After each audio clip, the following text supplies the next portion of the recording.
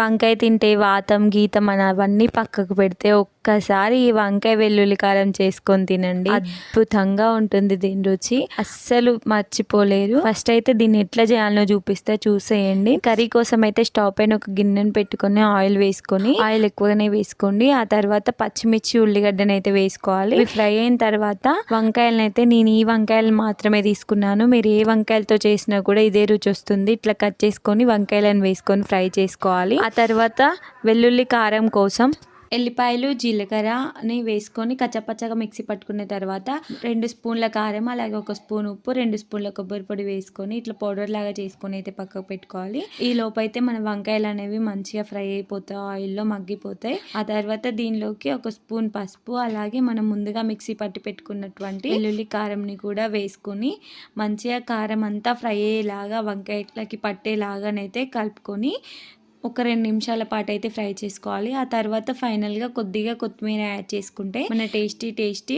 వంకాయ వెల్లుల్లి కారం అయితే రెడీ అయిపోతుంది. ఫుల్ వీడియో కోసం అయితే నా ఛానల్ నేమ్ కింద ఉంటుంది, చూసేయండి. అలాగే నా ఛానల్ ఎవరైనా ఫస్ట్ టైం చూస్తున్నట్లయితే please subscribe. Thank you for watching. Bye bye.